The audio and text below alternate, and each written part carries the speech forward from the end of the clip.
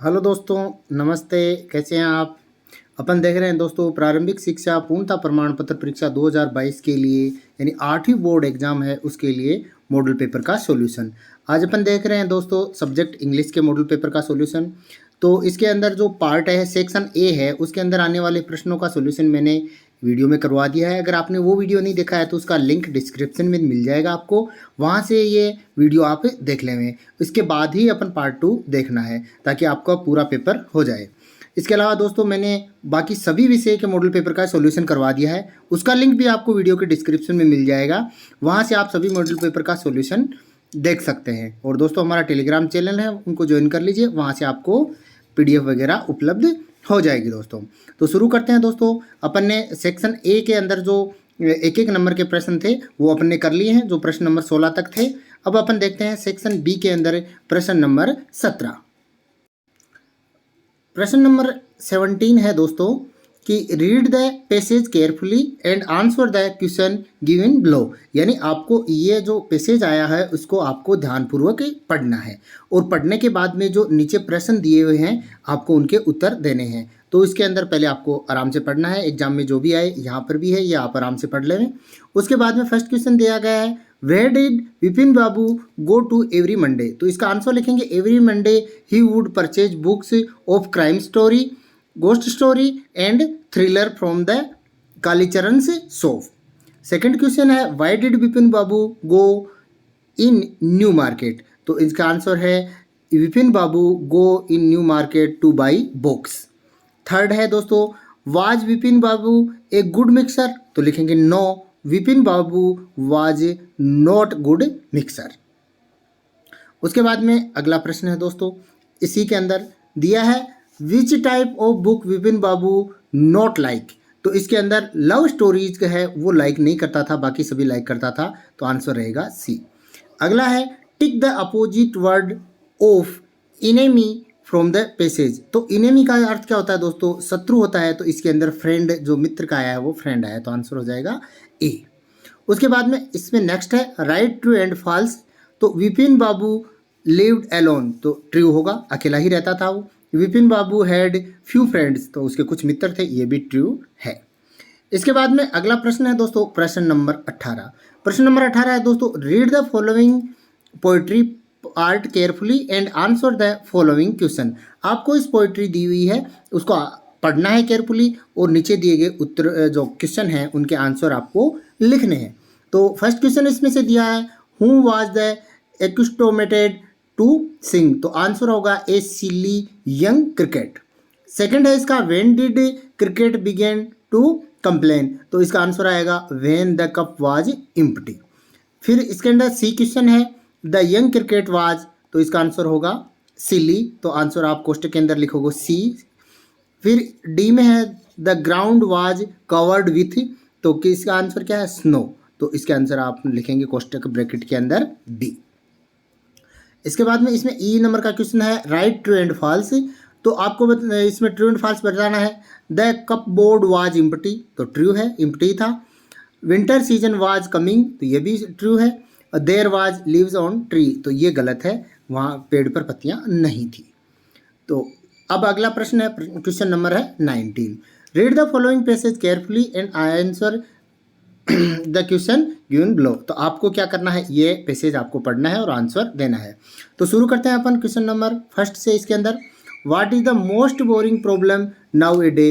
तो the most boring problem now a day is population. यानी जो वर्तमान में जो मोस्ट प्रॉब्लम है, महत्वपूर्ण प्रॉब्लम क्या उदय हो रही है, तो बर्निंग होगी इसकी population. Right the causes of air pollution, यानी एयर पोल्यूशन का कारण लिखना है। तो air pollution is mostly caused by the smoke coming out chimneys, factories, milk and milk workshop. C number का क्वेश्चन है वाई हैज एनवायरमेंट पोल्यूटेड। तो man has too much interfered with nature, as a result the whole environment has become polluted. Next D number का question है इसका दोस्तों which of the following is not type of population. तो pollution, sorry population नहीं pollution, यानी कौन सा प्रकार प्रदूषण का प्रकार नहीं है। तो ये air pollution, water pollution, noise pollution होता है, तो फूड पोल्यूशन है वो नहीं होता है, तो आंसर हो जाएगा C. Right, true and false. Pollution is the bring problem, तो ट्रू है।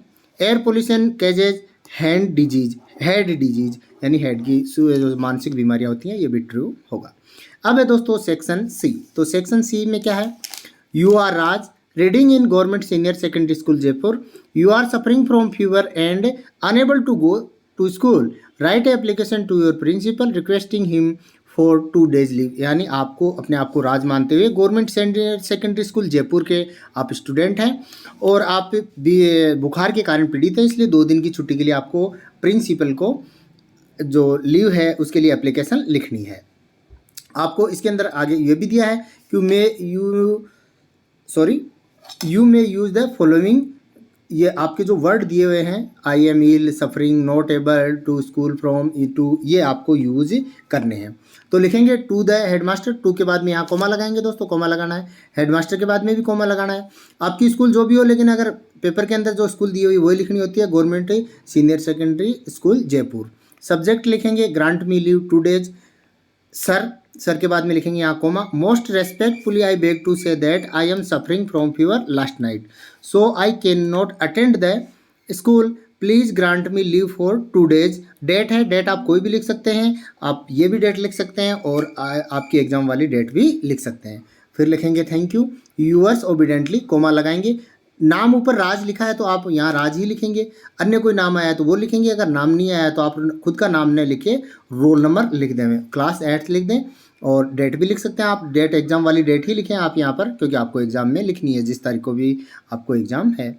इसके अंदर फिर सेकंड और के अंदर भी ऑप्शन आता है, तो उसके अंदर क्या लेगा, imagine you are Neha, you got birthday gift from your friend Lekhni, write a letter to your friend to give thanks for gift, यानी आपके जन्मदिन पर आपके मित्र से आपको जो गिफ्ट प्राप्त हुआ है उसको धन्यवाद के लिए आपको लेटर लिखना है। तो उनमें से दोनों में से एक करना है, तो एप्लीकेशन है वो ज़्यादा ईजी रहती है, तो अपन ने वो कर ली है। इसके बाद में 21st यानी 21वां प्रश्न है, right a story about 70 to 80 words with the help of given outline.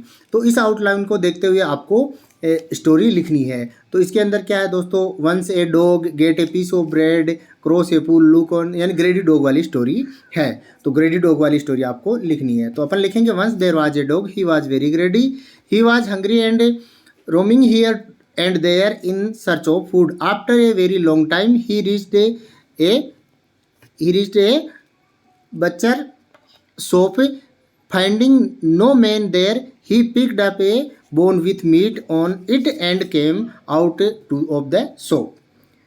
इसके बाद में लिखेंगे he threw to enjoy the meat himself, so he wanted to go to some slaughtery place, he went to a river bank, but this last two did not seem to be safe to him, so he thought to go to the other side of the river, he went up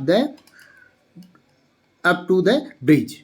बाद में आगे लिखेंगे while he was crossing the bridge he saw his own reflection in the placed water of the stream, he feared that the other dog might reach there, he wanted to be alone, he in order to escape the other dog he barked, as he opened his mouth the bone fell into the water, he felt very sad to lose the bone and respectfully belly up afterward, in his attempt to get the whole piece he lost what he had। Moral है be content with what you have. तो ये अपने ग्रेडी dog की story लिख दी है।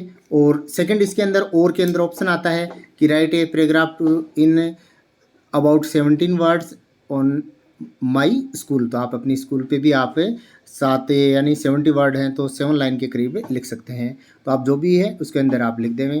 तो दोस्तों ये अपने इंग्लिश का मॉडल पेपर देख लिया है। अगर आपने चैनल को सब्सक्राइब नहीं किया तो चैनल को सब्सक्राइब कर लीजिए और बेल आइकन को ऑन करके ऑल को सिलेक्ट कर लीजिए, ताकि आने वाले वीडियो का नोटिफिकेशन आपको मिल जाएगा। वीडियो आपको सर्च नहीं करना पड़ेगा।